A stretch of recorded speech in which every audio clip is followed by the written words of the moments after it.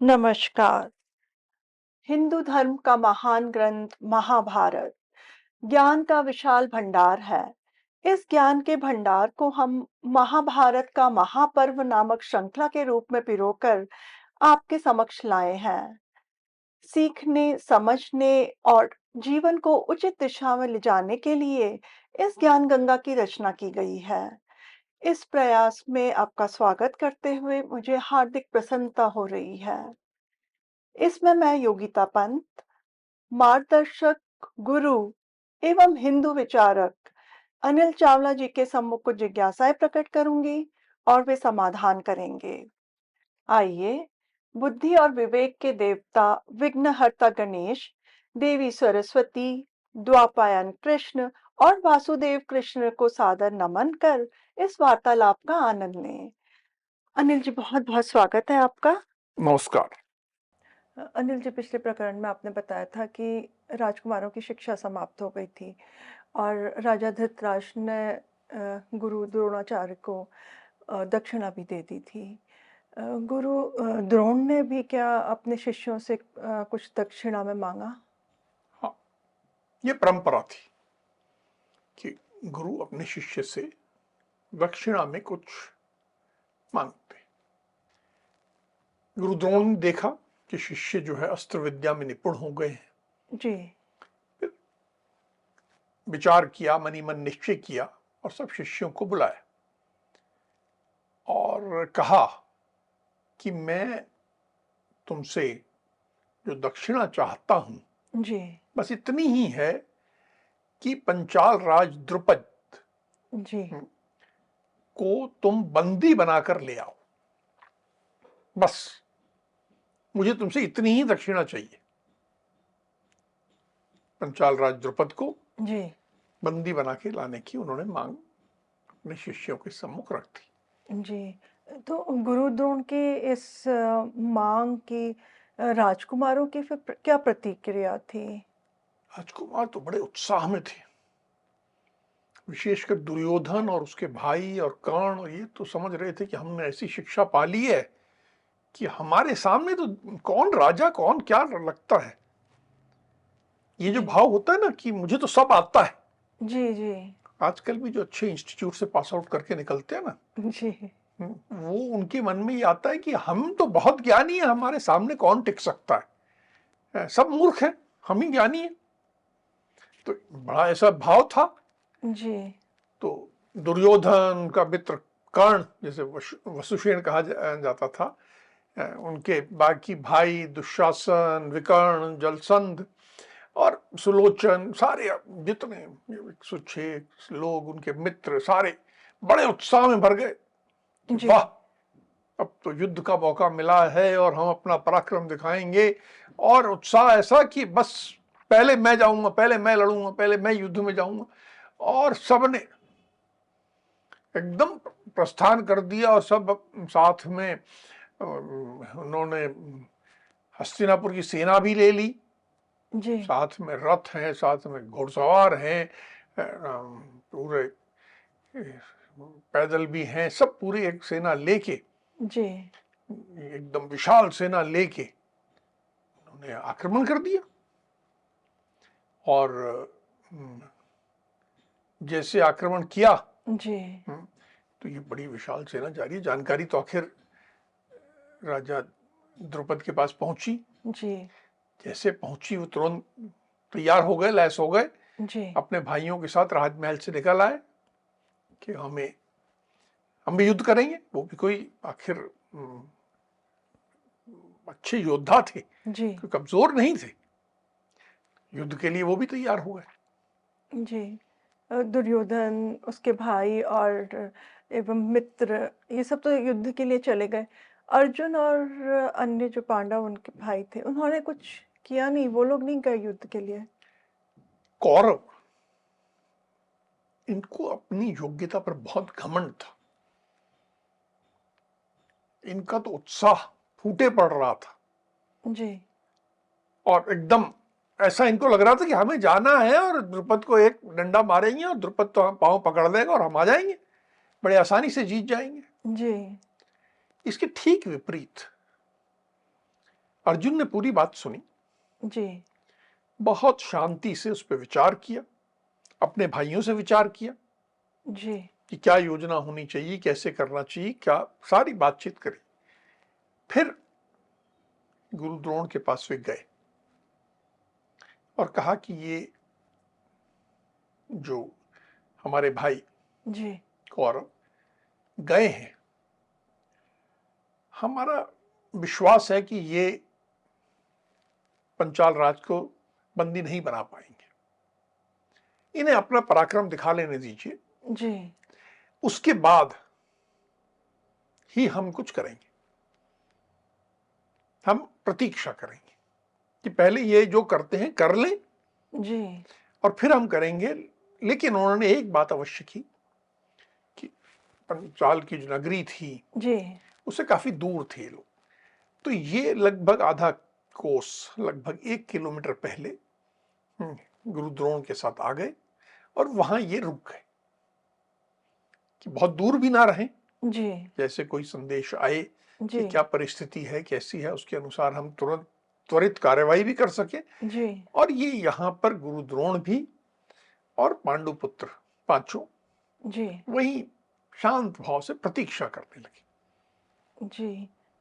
वो कौरव लोग युद्ध कर रहे थे पांचाल नगर में, तो वहाँ पे क्या चल रहा था? किस प्रकार से युद्ध कर रहे थे वो? क्यों, कौरवों को तो बहुत घमंड था, जी, ये तो सीधा घुस गए थे। तो सीधा वहां पर नगरी में घुस गए थे। जी, इन्होंने जो युद्ध की प्रक्रिया होती है कि पहले हम संदेश भेजें, फिर वो बाहर आए, जी, जी, एक मैदान में युद्ध हो, उस समय जो ये सब कुछ नहीं, तो घुस गए और बिल्कुल मारकाट करते जा रहे थे, चले जा रहे थे, शहर के बीच में घुस गए, शहर में जो दिखा उसको मार रहे। ये नहीं सोच रहे कि ये सैनिक है, आम नागरिक है, ये तो एक जैसे एक आज की भाषा में कहें तो एक गुंडों की के समूह होता है, उपद्रवी। उपद्रवी करते चले जा रहे थे नगर में। पहले इन्होंने उपद्रव किया जी, और उसके बाद नगर में उपद्रव करने के बाद राजपथ पर आ गए। जी, अब चारों तरफ नगर है और ये राजमहल की ओर बढ़ रहे हैं। जी, राजा द्रुपद को सूचना मिल गई थी, वे बाहर आ गए थे जी, अपने भाइयों के साथ। उन्होंने कौरवों पर चारों ओर से धावा बोल दिया। कौरवों को ऐसा अचानक लगा कि वो चारों ओर से घिर घिर गए, जी, उनको हर तरफ से बाण आ रहे हैं। ये समझ में ही नहीं आया उन्हें कि कहां से बाण आ रहे हैं, एकदम जैसे घबरा गए कि हर दिशा से बाण आ रहे हैं। जी, द्रुपद के भाई भी बाण बरसाने लगे, चारों ओर से बाण वर्षा प्रारंभ हो गई। ये जो सब ओर से बाण वर्षा प्रारंभ हुई, जी, इससे ये कौरव घबरा गए, अब क्रोध में भरकर बाण चलाने लगे। हर दिशा में चला रहे हैं, जी, बाणों से द्रुपद भाइयों को घायल किया थोड़ा, जी, जी, पर यह साफ दिख रहा था कि द्रुपद जो है स्पष्ट रूप से कौरवों पर भारी पड़ रहे हैं। द्रुपद ने दुशासन को, विकर्ण को बाण मारकर घायल कर दिया, कर्ण को भी, दुर्योधन को भी, सबको बहुत सारे बाण मारे। जी, अब ये साफ दिख रहा था कि द्रुपद विजयी हो रहे हैं। जी, और ये उपस्थित कहां थे? नगर के बीचों बीच। जी, और नगर के लोगों ने भी मार खाई थी, जी, पिटे थे, तो नगर के लोगों में जोश आ गया, हर व्यक्ति में जोश आ गया, बच्चे से लेके बूढ़े तक। हाथ में जो मिला, किसी को डंडा मिल गया, किसी को मूसल मिल गया, जो मिला जी, लेके ये लोग उसी पूरी सेना पर टूट पड़े। अब पूरे नगर के लोग टूट पड़े, जी, कोई डंडा लिए, कोई तलवार लिए, कोई एक जो हाथ मिला है, कपड़े धोने के डंडे मिले तो उसी से पीटने के लिए तैयार है। जी, अब ये तो बड़ा अप्रत्याशित स्थिति हो गई कि एक एक सैनिक पर जी अनेकों नगरवासी टूट पड़ रहे हैं। तो सैनिक घबराए, जी भगदड़ मच गई, सैनिक भाग खड़े हुए कि ये तो ऐसा युद्ध हमें नहीं आता। जैसे सैनिक भागे जी तो राजकुमार और ज्यादा पिटने लगे। राजकुमारों के धनुष, रथ, घोड़े, ध्वज सबको काट दिया गया। पंचाल सैनिक जी जो द्रुपद के सैनिक थे वो तो गर्जना करने लग गए, बिल्कुल कि अब वो विजयी भाव आ गया उनमें। जी जब सेना में विजयी भाव आ जाता है तो जी उसको रोकना बड़ा मुश्किल होता है। जी अब तो ऐसे कौरव पिटने लगे कि कोई हिसाब ही नहीं, जी हर कोई पीट रहा है। जी नगर के लोग भी हैं, सैनिक भी हैं, उनके खुद के सैनिक तो भाग गए हैं और इनकी कोई व्यूह रचना तो थी नहीं। जी अब बिना व्यूह रचना के वहां ऐसे पिटाई इनकी होने लगी, जी परिस्थिति बिल्कुल इनके विपरीत हो गई। जी, ऐसा प्रतीत हो रहा है ये बहुत बुरी तरह पिट गए हैं बिल्कुल कौरव ठीक और बात उनके सेना। इसके बाद अर्जुन ने कुछ किया? कि गुप्तचरों से सूचना तो आ रही थी जी कि क्या हो रहा है। इनको सूचना मिल गई कि कौरव अब नहीं के बराबर रह गए हैं, हमारे सैनिक भाग गए हैं। जी द्रुपद के बाणों से कर्ण बुरी तरह घायल हो गए हैं और जी रथ से कूदकर भाग गए जी हैं। बाकी भी भगदड़ मची हुई है, ये उनको सूचना मिल गई। जी कौरव सैनिक जो भाग रहे थे, भागते हुए रोते हुए पिट के आ रहे थे, कोई रोते हुए आ रहा है, कोई चीखते हुए आ रहा है, कोई चिल्लाते हुए आ रहा है, जी तो सब आर्तनाद करते हुए चले आ रहे हैं। तो किधर आ रहे हैं? तो ये लोग जहां बैठे थे जी जी उधर आने का को दिखाई देने लगे कि जी ये तो हमारे ही सैनिक पिटते हुए आ रहे हैं, जी भागते हुए आ रहे हैं। जी तो अब हमारा चलने का समय हो गया है। अर्जुन ने कहा अब हमारा जाने का समय है। जी तो अब इन्होंने गुरु द्रोण को प्रणाम किया, प्रस्थान की आज्ञा ली जी कि यदि आपकी आज्ञा हो तो अब हम प्रस्थान करें। गुरु जी द्रोण ने कहा हाँ, जी जब जाओ। इसके बाद अर्जुन ने सबसे पहले अपने बड़े भ्राता युधिष्ठिर को कहा जी कि आप युद्ध के लिए नहीं चलेंगे, आप यहीं रुकिए। और देखिए ये मात्र 5 भाई हैं, जी 5 में से भी एक को अर्जुन जो कि सेनापति बने हुए हैं, जी वो अपने बड़े भ्राता को कह रहे हैं कि आपको नहीं चलना है, आपको यहां ही रुकना है।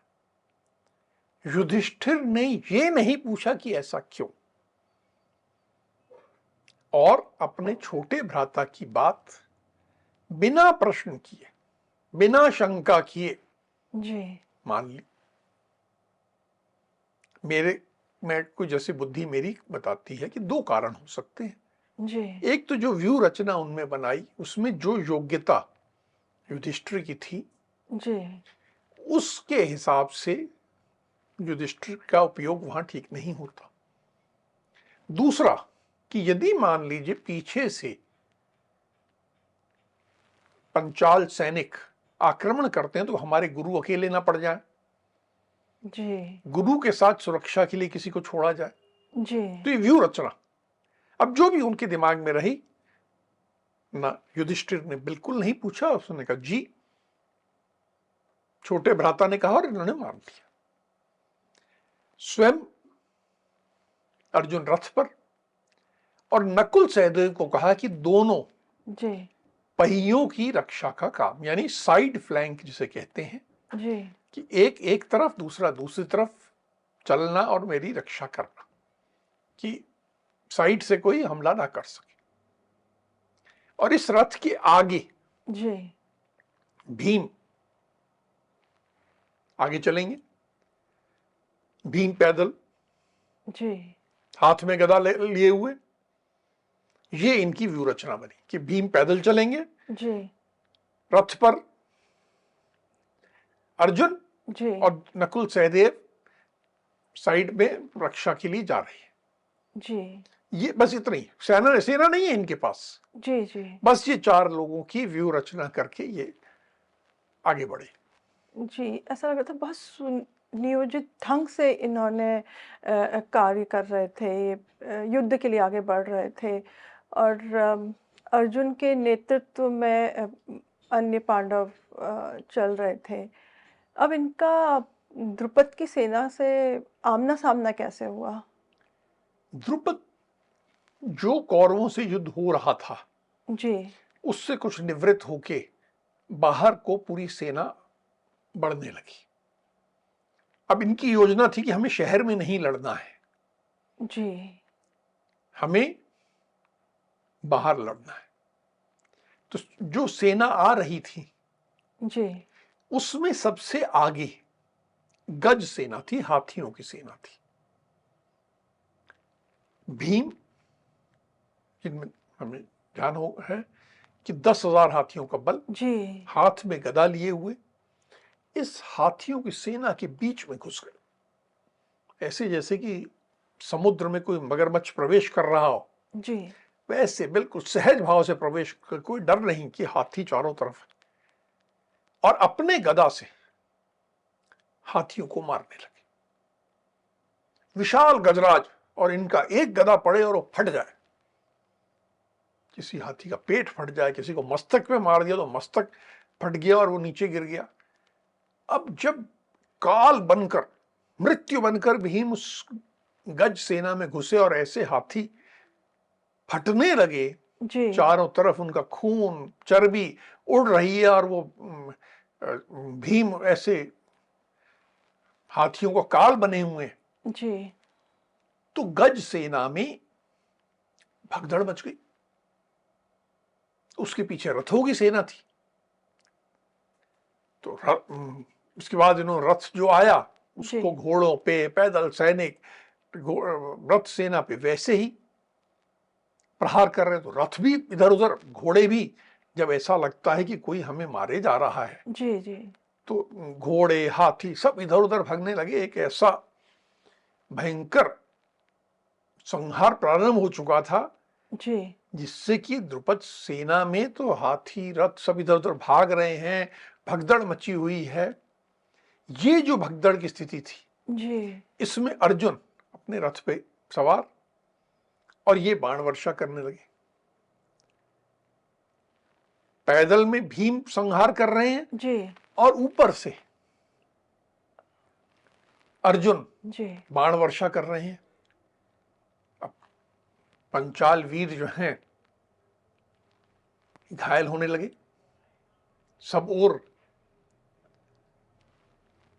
घबराहट मची, जी, पर पंचाल वीर भी ऐसे मैदान छोड़ने वाले नहीं थे। जी, उन्होंने भी बाण वर्षा प्रारंभ की। जी, देखिए सामने पूरी सेना थी जी, और ये अकेले थे। उन्होंने बाण वर्षा से अर्जुन को जैसे ढक दिया, जी, इससे अर्जुन को बड़ा भारी क्रोध हुआ। अभी तक देखो अर्जुन की एक मानसिकता हमें समझनी हो कि अर्जुन वहां द्रुपद को कैदी बनाने गए थे, मारने नहीं गए थे। जी, इस पूरे प्रकरण में हम देखेंगे कि वो अपने आप को बहुत रोके हुए भी हैं, संयम रखा है उन्होंने। संयम रखा, पर अब उनको लगा कि ये युद्ध जो और थोड़ा भयंकर हो रहा है, जी, तो उन्होंने और भयंकर युद्ध करना प्रारंभ किया। बाण वर्षा और इन्होंने भी प्रारंभ की। जी, इन्होंने ऐसी बाण वर्षा की कि लगा कि पूरा अंधकार हो जाएगा, चारों ओर इन अर्जुन के बाणों से पूरा सेना ढक रही है, अंधकार हो रहा है, ऐसा एक भयंकर युद्ध प्रारंभ हो चुका था। जी। ये जो भयंकर युद्ध चल रहा था, तो इसमें द्रुपद और अर्जुन का आमना-सामना कैसे हुआ और फिर इसका युद्ध का परिणाम क्या निकला? को द्रुपद ने देखा कि युद्ध चल रहा है, अभी तक द्रुपद ने सामना तो नहीं किया था। जी, अब द्रुपद ने अपने भाई सत्यजीत को साथ लिया। सत्यजीत को साथ लेकर जी अर्जुन पर तीव्र गति से आक्रमण किया। अर्जुन ने भी आक्रमण का जवाब दिया, जी भारी बौछार करके द्रुपद को बाणों से ढक दिया। देखिए यहां पर समझने की बात है, अर्जुन ने एक भी बाण ऐसा नहीं मारा कि द्रुपद मर जाए। जी कहीं ऐसा ना हो कि गलती हो जाए। जी अपनी गुरु जी की बात को ध्यान में रखा। मारने नहीं आया है, जी उसको ढक दिया। अब जब द्रुपद ढक गए तो सत्यजीत ने अर्जुन पर भारी आक्रमण प्रारंभ किया। जी देखिए वो दो लोग, ये अकेले, जी सत्यजीत ने आक्रमण किया। जैसे आक्रमण प्रारंभ किया, अर्जुन ने 10 मर्म भेदी बाणों द्वारा सत्यजीत पर गहरा आघात किया, बिल्कुल घायल कर दिया। सत्यजीत ने भी वापस 100 बाण मारे जी और अर्जुन को पीड़ित कर दिया। अर्जुन को चोट लगी। जी जब अर्जुन को चोट लगी तो अर्जुन बहुत क्रोधित हुआ कि अब तो मुझे अपना संयम थोड़ा और आगे करके जी आक्रामक होना पड़ेगा। जी उसने, अर्जुन ने सत्यजीत के घोड़ों, ध्वजा पे चोट पहुंचाई, फिर जी उसकी मुट्ठी पे चोट पहुंचाई ताकि वो बाण ना चला सके। देखिए कितनी बारीकी है जी कि मुट्ठी पे उसके जो पार्श्व रक्षक थे, जो उसके साथ चलने वाले थे, जी उनको घायल कर दिया, बुरी तरह उनको घायल कर दिया। घोड़े बैठ गए, सारथी बैठ गया, जी ध्वजा कट गई, मुट्ठी पे चोट हो गई। इस तरह हर ओर से उसको युद्ध करने के लिए सक्षम मत नहीं छोड़ा। अब जब इतनी मार पड़ गई जी तो सत्यजीत को लगा कि अब मैं और युद्ध नहीं कर सकता। वह युद्ध से विमुख हो गया जी और युद्ध भूमि से भाग गया। खास बात यह है कि अर्जुन ने उसे मारने का प्रयास नहीं किया, जी भागने दिया कि हाँ भाग रहा, ठीक है, जी चला गया, अब मैं द्रुपद से युद्ध करूं। द्रुपद का भाई सत्यजीत तो भाग गया। अब द्रुपद ने क्या किया?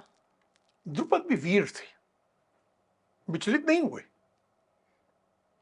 भागने की नहीं सोची, जी अर्जुन से युद्ध करने लगे। अर्जुन पर बड़े वेग से बाणों की वर्षा प्रारंभ की। अब अर्जुन सीधा द्रुपद से युद्ध कर रहे थे। अर्जुन ने द्रुपद के धनुष को काट दिया, ध्वजा को काट दिया, जी 5 बाण एक साथ मारे और घोड़े और सारथी इनको भी घायल कर दिया। जब द्रुपद का धनुष टूट गया जी तो द्रुपद दूसरा धनुष उठाने के लिए मुड़े। जी वो दूसरा धनुष उठाते उससे पहले अर्जुन अपने रथ से उतरे जी और द्रुपद के रथ पर चढ़ गए, क्योंकि आप केवल बाणों से किसी को बंदी नहीं बना सकते। जी तो अब वहां पहुंचे और वहां जाकर अपनी तलवार निकाल ली जी और तलवार से के जोर से द्रुपद को अर्जुन ने अपने काबू में ले लिया, अर्थात बंदी बना लिया। जी अब पूरी सेना ने देखा जी कि हमारा राजा तो बंदी बन गया। जी जैसे देखा तो भगदड़ मच गई। जी उधर भीम जो थे वो तो अपना काम कर रहे थे, सेना का संहार कर रहे थे, जी मारे जा रहे थे। जी जी तो अर्जुन ने भीम को कहा कि भैया भीम, ये राजाओं में श्रेष्ठ द्रुपद, देखिए कोई अपमानजनक शब्द नहीं, जी राजाओं में श्रेष्ठ द्रुपद कुरु वंश के, हमारे जो कुरु वंश है उसके संबंधी हैं, हमारे शत्रु नहीं हैं। जी हम तो गुरु की आज्ञा का पालन करने आए हैं जी और हमारा उद्देश्य था इन राजा द्रुपद को बंदी बनाना, तो हमारा उद्देश्य पूर्ण हो गया। हमारा उद्देश्य सेना का संहार करना नहीं है, जी तो आप ये संहार रोक दो। भीम को तो वैसे बहुत मजा आ रहा था जी सेना का संहार करने पे, पर अर्जुन की बात सुनते ही, निर्देश सुनते ही उन्होंने युद्ध छोड़ दिया, अपना निवृत्त हो गए। और उसके बाद पांडवों ने, यानी ये चारों पांडव जो थे, जी नकुल सहदेव जी के साथ भीम और अर्जुन जी द्रुपद को उनके मंत्रियों सहित, बाकी जो जी मंत्री भी थे सब सहित, जी भूमि में कैदी बनाकर गुरु दक्षिणा के रूप में जी अपने गुरु द्रोण के पास ले गए और उन्हें भेंट कर दिया कि ये लीजिए हमारी गुरु दक्षिणा, जो आपने मांगी थी वो हमने आपको दे दी। जी अ, जब गुरु द्रोण के सम्मुख द्रुपद आए तो आचार्य ने उनसे क्या कहा? देखो, द्रुपद का अभिमान तो चूर चूर हो गया था। जी तुम्हें याद है कैसे उसने गुरु द्रोण से कहा था, जी अपमानित किया था उन्हें, जी जी कि तुम गरीब हो, एक टाइम तो खाना खिला दूंगा, जी बाकी तो कुछ मेरे से अपेक्षा मत रखो, जी और मित्रता बराबरी वालों में होती है, सारी बातें कही थी उन्होंने। जी अब यहां बिल्कुल अभिमान चूर चूर, उनका धन छीन लिया गया है, पूर्ण रूप से वश में आ चुके हैं। द्रोण के सामने जब आए तो द्रोण ने कहा कि हे राजन, जी देखिए अभी भी सम्मानजनक, कोई अपशब्द नहीं, जी इतना जरूर कहा, मैंने तुम्हारे राष्ट्र को रौंद डाला है, तुम्हारी राजधानी को भी मिट्टी में मिला दिया है, अब तुम शत्रु के वश में पड़े हुए जीवन को लेकर यहां आए हो, तुम्हारा सारा अहंकार समाप्त हो चुका है, तुम इस रूप में मेरे सामने आए हो, बोलो अब तुम पुरानी वाली मित्रता चाहते हो कि नहीं चाहते। जी ये कह के जैसे मैं थोड़ा सा हंसा, गुरु द्रोण भी हंसती है और फिर बोले कि हे वीर श्रेष्ठ,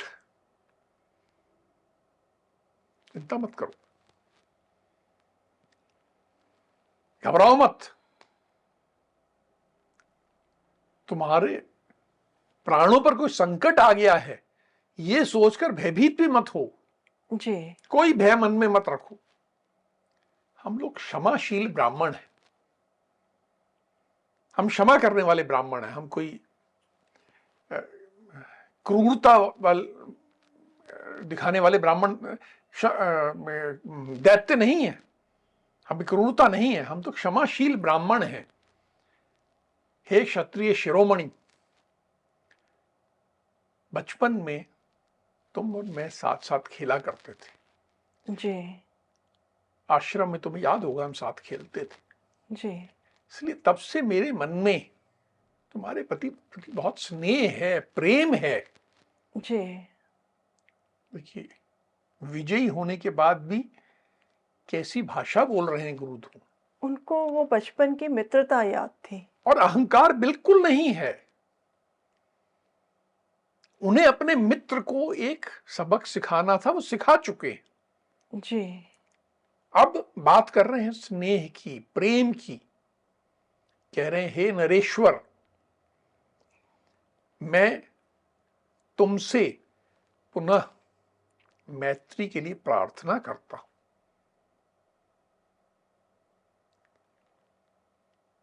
मैं तुम्हें वर देता हूं, जी तुम्हारा राज्य तो मेरे शिष्य ले आए हैं पूरा, जी अब मैं इस राज्य का आधा भाग तुम्हें देता हूं। तुम्हारा जो राज्य है उसके जी, बीच से गंगा गुजरती है। जी, आज के बाद उस गंगा के उत्तर का भाग का राजा मैं रहूंगा, जी, और गंगा के दक्षिण का भाग उसके राजा तुम रहोगे। तुमने एक बार कहा था कि मित्रता के लिए समानता आवश्यक है, जी, दो राजाओं के बीच ही मित्रता हो सकती है। जी, इसीलिए मैंने तुम्हारा राज्य लेने का प्रयास किया, और अब जी, मैं भी राजा तुम भी राजा, तो अब हम मित्र बन सकते हैं। क्या तुम्हें मेरी मित्रता जी, स्वीकार है? और यदि स्वीकार है, उचित समझो, जी, तो हम दोनों पुनः मित्र बन जाएं। तुम मुझे अपना मित्र मानो। विजय के क्षण में इतनी विनम्रता, जी, इतनी दयालुता, इतना बड़ा हृदय, यह वास्तव में एक ऐसा अद्वितीय उदाहरण है जिससे हमें बहुत कुछ सीखने को मिलता है। जी। अनिल जी, अब जब गुरु द्रोण ने मित्रता का प्रस्ताव रखा द्रुपद के आगे, तो द्रुपद ने क्या उस प्रस्ताव को स्वीकार कर लिया? स्वीकार करना ही था।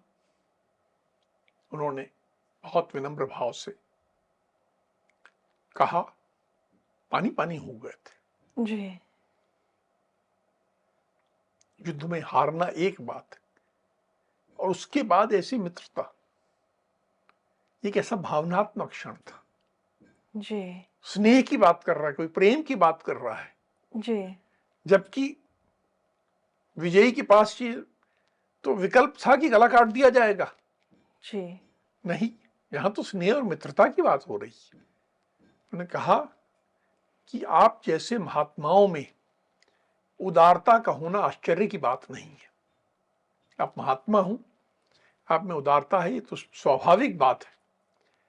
मैं आपसे बहुत प्रसन्न हूं, बहुत प्रसन्न हूं, और आपके साथ सदा बने रहने वाली मित्रता एवं प्रेम चाहता हूं, जी, कि हम दोनों में सदा प्रेम बना रहे, स्नेह बना रहे, मित्रता बनी रहे। बस मैं इतना ही चाहता हूं आपसे। इसके बाद गुरु द्रोण ने पूरे आदर सत्कार के साथ द्रुपद को छोड़ा, और उनका आधा राज्य भी उन्हें दे दिया। जी। अनिल जी, आज हमने गुरु द्रोण का एक नया स्वरूप देखा, उनमें एक बहुत आदर्श ब्राह्मण का रूप देखा हमने। उन्होंने द्रुपद से बदला लेना था, तो उसको उन्होंने कैदी बनाने के लिए कहा सिर्फ़ अपने शिष्यों से, और पर मारने के लिए नहीं कहा। अ, ऐसा लगता है इसके पीछे उनके मन में कहीं भाव होगा कि मुझे इसके साथ वापस मित्रता करनी है। और इसलिए उन्होंने ये सज़ा तो दी, किंतु वो मन में जो भाव था उसको कहीं न कहीं जीवित रखा। और एक तरफ से विजय होने के बावजूद उनको एक पूरा राज्य मिल गया था। उसके बाद भी उनके मन में कहीं अहंकार का भाव नहीं था, कुछ लोभ नहीं था, चाहते तो पूरा राज्य अपने पास रख सकते थे। और साथ ही उन्होंने अपने जो मित्र था उसको ठेस नहीं पहुँचाई, उसके आत्मसम्मान को। ये बहुत बड़ी बात है। अब हम आज की चर्चा को यहीं विराम देते हैं। अगली कड़ी में महाभारत के महापर्व से जुड़े कुछ मार्गदर्शक प्रसंगों के साथ हम दोनों फिर उपस्थित होंगे। राम, राम। राम राम।